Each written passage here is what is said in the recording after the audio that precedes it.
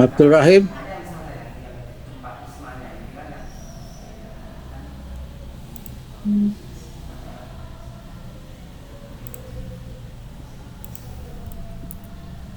Kasni Astuti.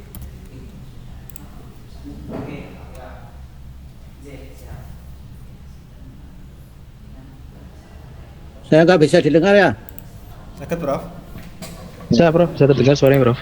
Oke. Jelas, Prof. Nggak hadir ya. Berani. Oke. Berapa dari? Hadir, Prof. Hamidullah Ibda. Hadir, Prof. Hadir, Prof. Nesi Anti.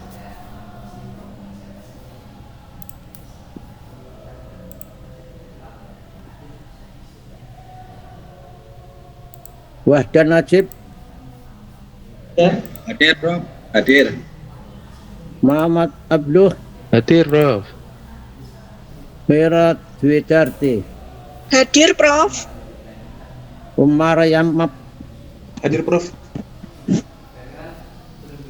Period Visa Putra. Hadir, Prof. Hadir. Rois Saifuddin. Hadir, Prof. Hadir. Esti Arestina. Hadir, Prof. Hadir. Indriana Eko. Hadir, Prof. Herwulan Irina. Hadir, Prof. Anik Twiningsih. Hadir, Prof. Alif Fahrudin. Al-Muntaqo. Hadir, Prof. Oke, makasih. Ada berapa yang nggak ada? 1, 2, 3. Ini harusnya loh. Kalau di Zoom itu tertera 17, tapi nyatanya nggak ada. Oh, 16, 15. Ya, oke.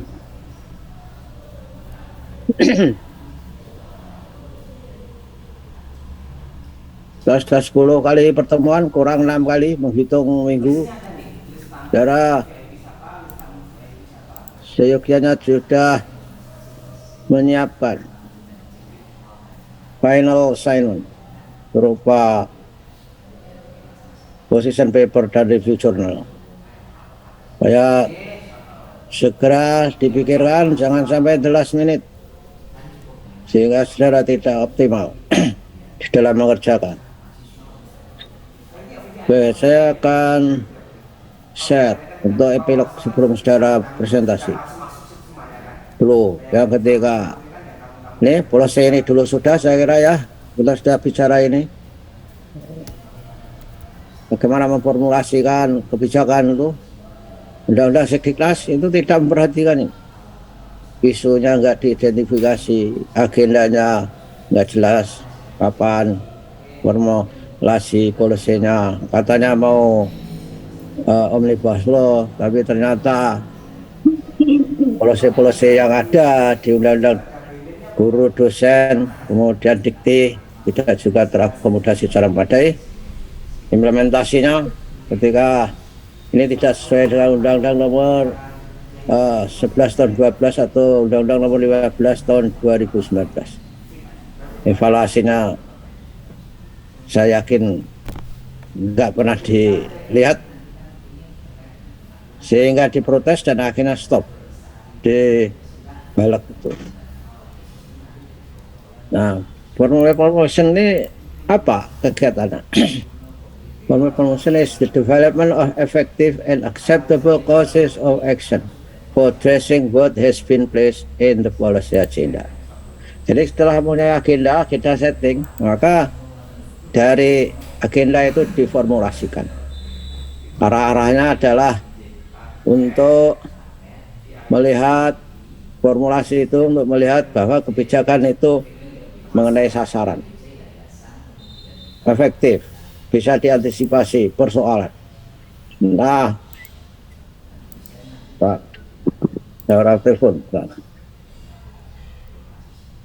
Oke. Dan yang terjadi adalah arahnya ini adalah seperti misalkan Merdeka Belajar, filosofi yang nggak jelas, konsep komprehensifnya nggak jelas antara satu dengan lain. Sekarang sudah sampai episode 22 kalau nggak keliru. Antara episode itu tidak ada kaitannya yang jelas. Kadang tidak saling bersinggungan dan kadang paradok. Jadi misalkan kebijakan PPDB, ya, penerimaan siswa baru dengan zonasi skema kualitas dinaikkan dari 15% menjadi 30%. Tetapi UN dihapuskan. Lalu bagaimana untuk melihat prestasi itu? Sehingga di Jogja dulu orang protes, nggak bisa melihat prestasi. Ukurannya apa? Kalau nggak ada ujian. Sehingga di Jogja lalu mengadakan ujian nasional daerah. Kalau nggak keliru. ASPD, Bro. Apa namanya? SPD. Ya, SPD ya. Iya, Bro. SPD. SPD, singkatannya apa itu? Asesmen Standarisasi Pendidikan Daerah. Oh ya, ASPD.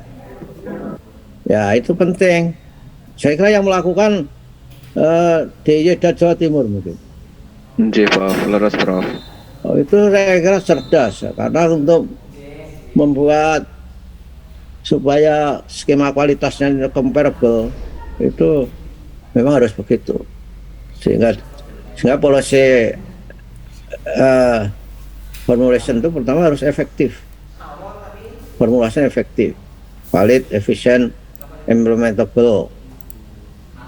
Banyak hal yang tidak terimplementasi kebijakan kementerian, acceptable formulation.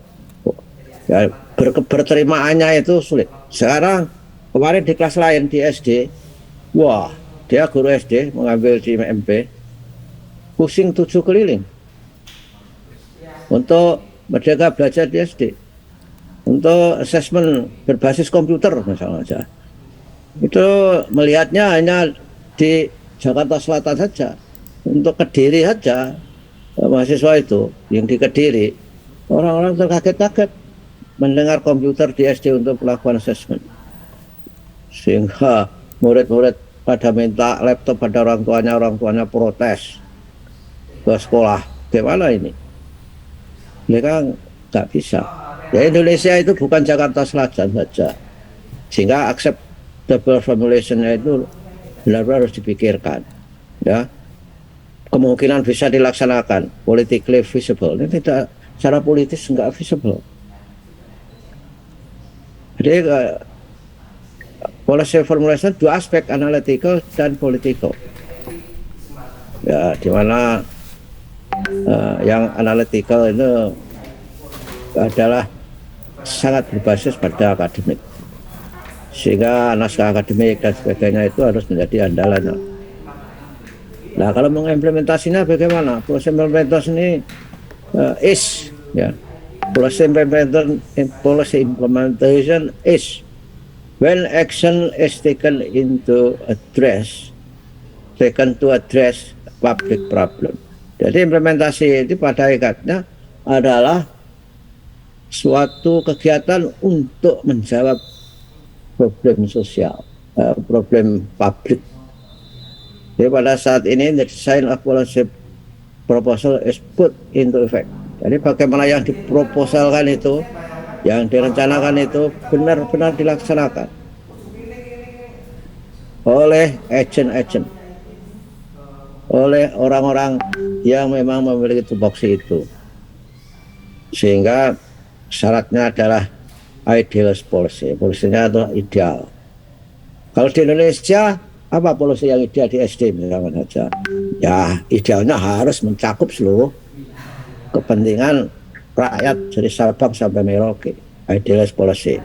Jadi tidak saja samplingnya itu sekolah cikal di Jakarta Selatan yang mahalnya bukan main, uang pangkalnya sangat 40 juta ya. Kemudian SPP-nya sebulan 1,5 jutaan, jauh lebih mahal daripada S3 di pendidikan dasar di sini.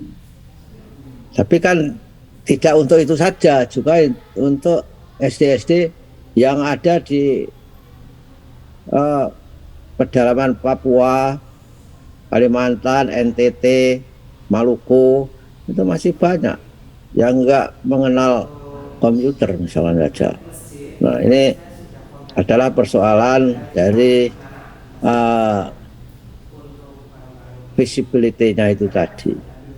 Ini idealnya harus mencakup semua orang, karena dalam Undang-Undang Dasar kan semua orang itu memiliki hak, semua warga negara memiliki hak untuk mendapatkan pendidikan dengan kualitas yang baik, dan negara harus hadir di situ. Ada organisasi yang mengimplementasikan.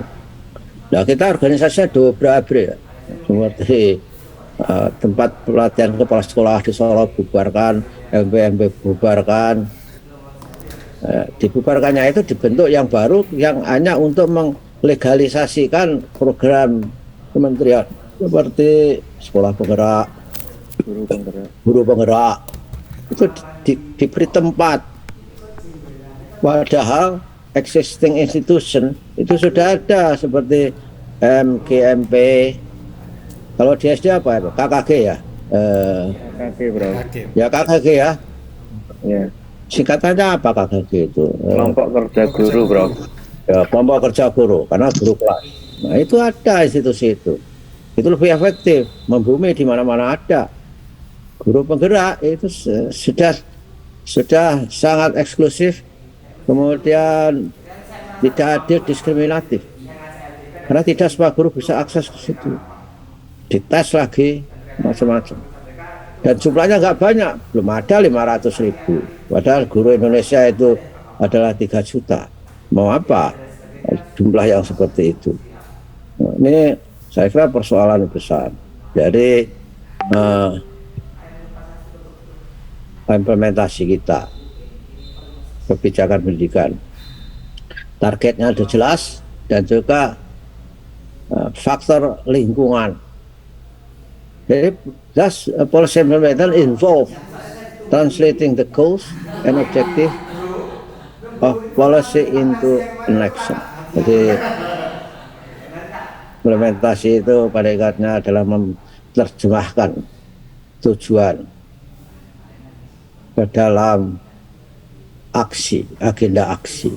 Nah, itulah ya. Jadi saudara, bahwa kebijakan itu tidak mudah, apalagi kalau kita memang berhadapan dengan Indonesia yang sangat bervariasi. Waktu saya masih di Jakarta, ada kita ngirim surat ke sekolah yang di pinggir sana, 3 bulan baru sampai. Kita sudah ngomong kurikulum 2013, ada sekolah itu yang masih menggunakan kurikulum 2006. Macam-macam di Indonesia, karena dari ekologi sekolah itu. Ya oke lah, itu epilognya. Ada komen? Kalau ada komen silakan. Kalau tidak ada, saatnya saudara share analisis saudara mengenai tata kelola yang baik terkait undang-undang rancangan undang-undang Sektinas, ataukah saudara mempunyai analisis tentang angka partisipasi murni di suatu daerah tertentu, daerah saudara, mengapa sebabnya? Atau saudara ingin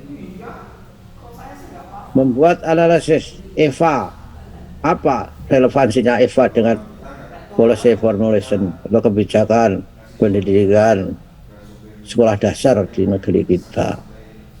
Silakan yang mau. Saya, Prof. Ya, Prof Bandari, ya. Nggih, Prof. Ya, oke. Oke. Ntar Prof, izin share screen.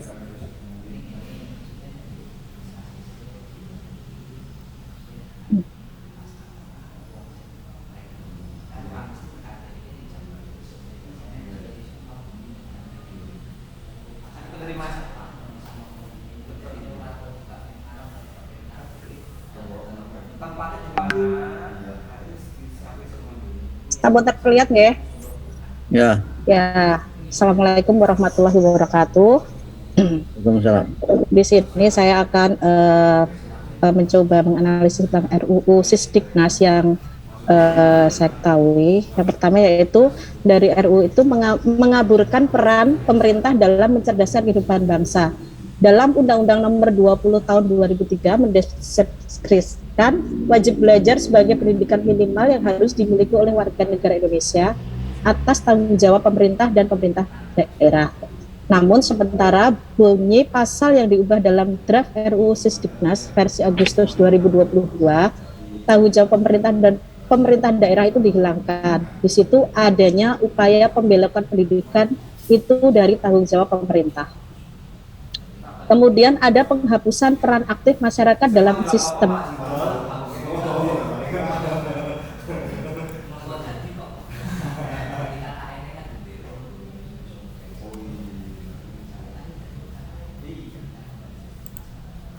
Di mana naskah akademik hanya mengambil potongan-potongan pikiran dari sejumlah tokoh yang dinilai hanya untuk melegitimasi program-program Kemendikbud Ristek, bahkan dari profil pelajar Pancasila bukan merupakan turunan eksplisit dari sila-sila Pancasila.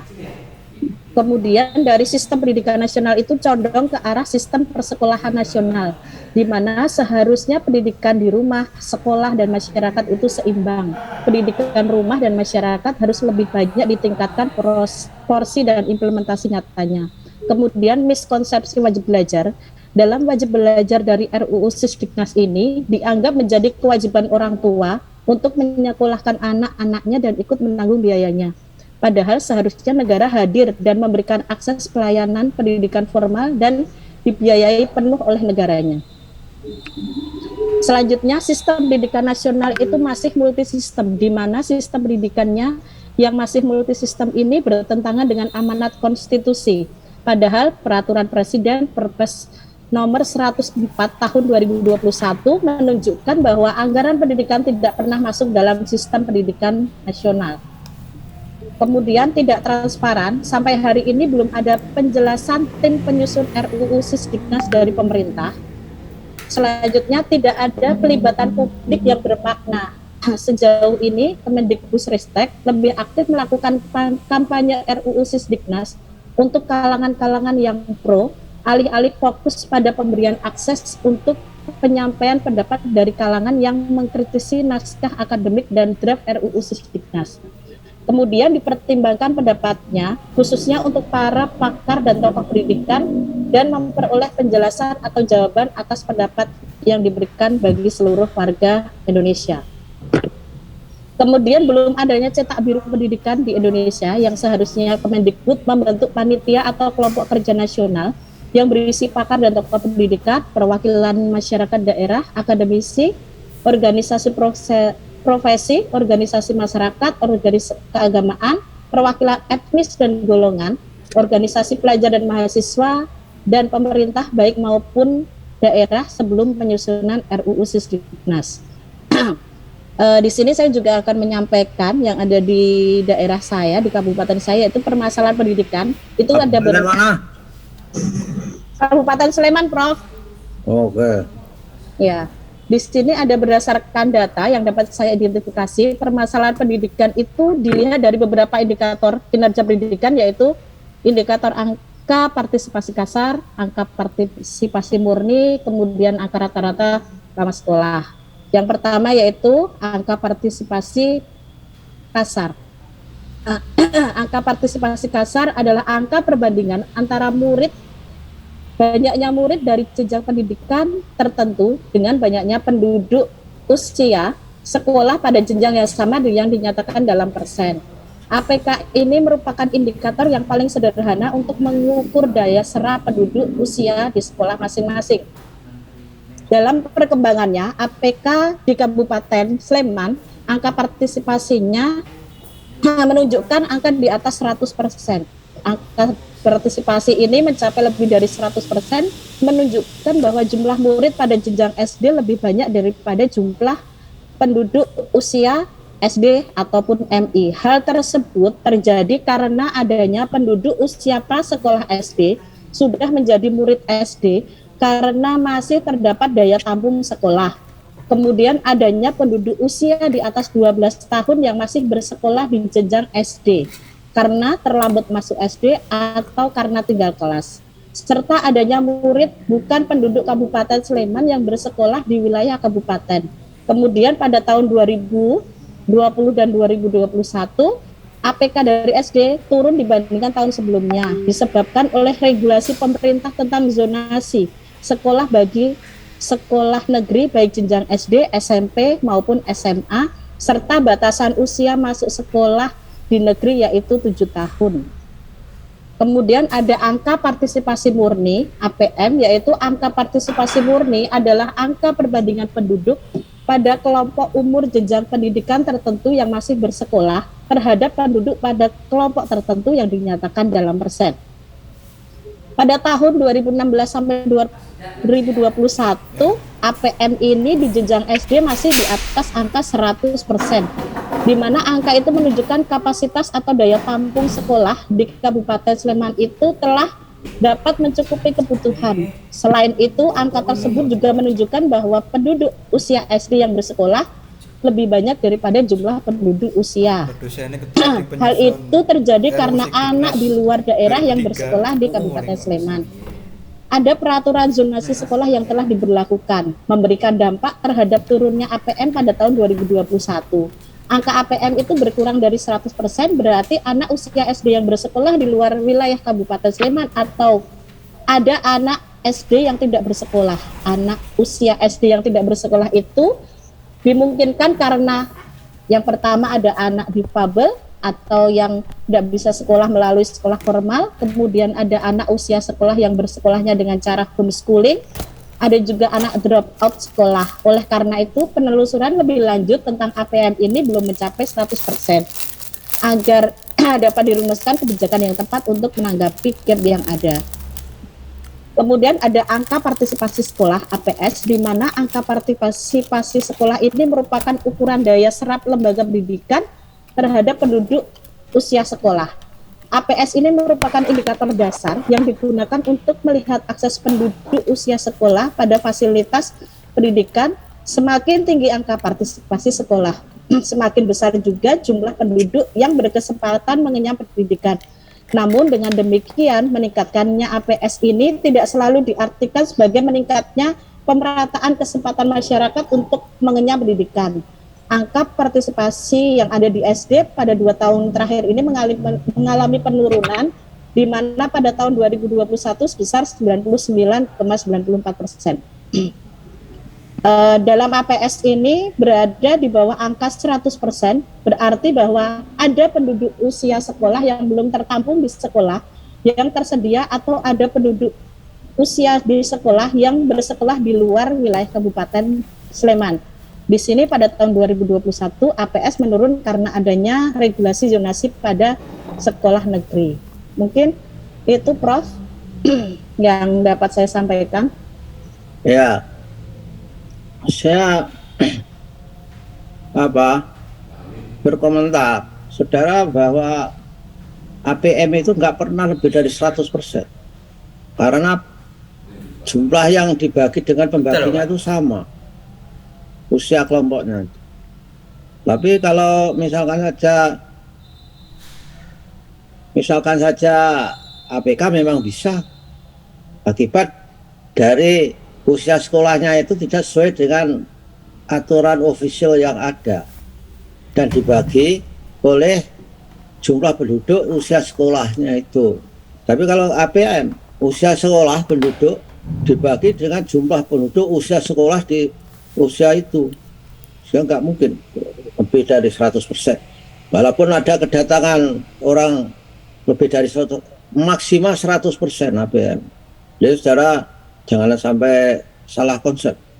Nanti kalau salah konsep, banyak orang yang ikut salah kalau yang mengatakan saudara. Jadi teorinya nggak mungkin. Kalau APK sangat mungkin. Karena APM itu jumlah range yang sekolah usianya sama dengan usia kelompok penduduk. Kalau APK Itu bisa jadi yang sekolah itu range-nya, usianya itu tidak sesuai, lebih besar di sekolah jenjang tertentu dibandingkan dengan penduduk yang berada di kelompok itu. Ya oke lah. Silakan Anda yang ingin memberi komen terhadap presentasi saudara Prabandari tadi, supaya semua nama di rename, diberi nomor 3 nomor terakhir presensi di depannya. Kalau yang belum dikasih, mulai sekarang. Tanya boleh, Prof.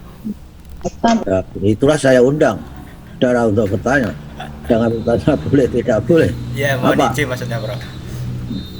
Ya, Oke, untuk presentasi dari Mbak Prabandari, memang kalau membaca problem APS APK di tiap kabupaten, kota, provinsi maupun di tingkat nasional ya, itu memang sedikit berbeda ya.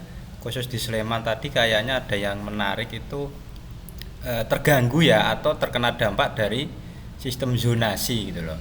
Nah, artinya apakah dalam konteks RUU Sikdiknas ini itu mengambil dari secara nasional ya, atau bisa dilihat dari perwakilan Indonesia Timur, Indonesia Tengah, Indonesia Barat gitu.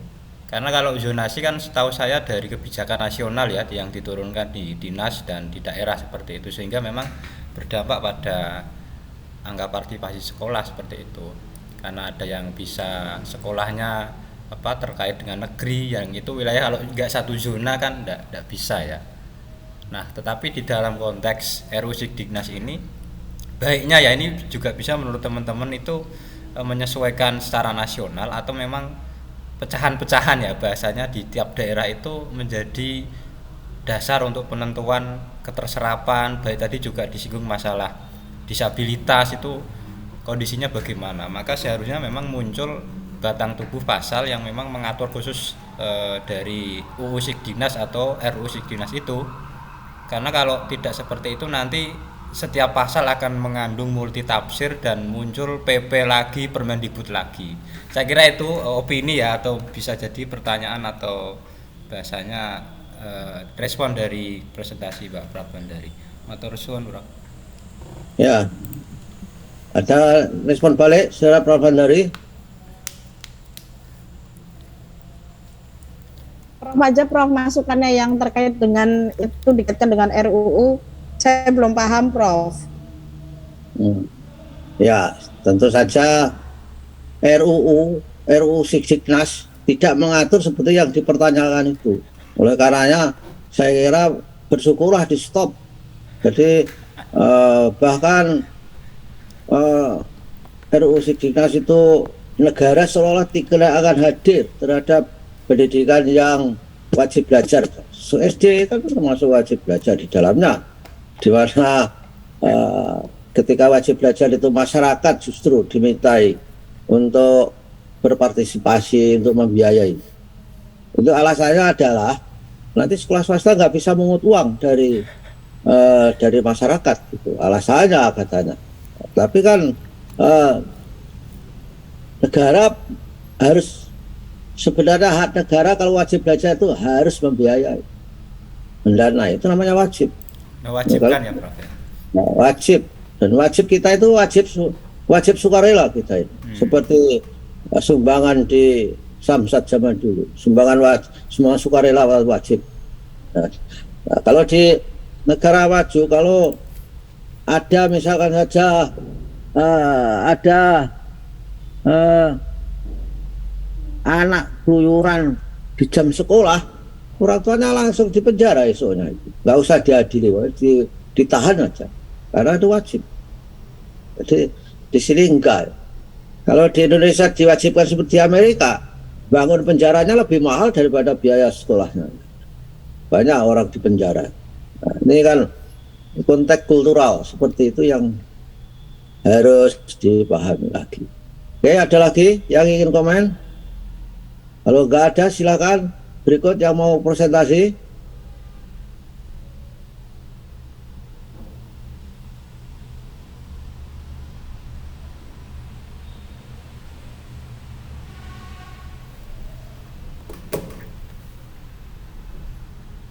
Nggak ada?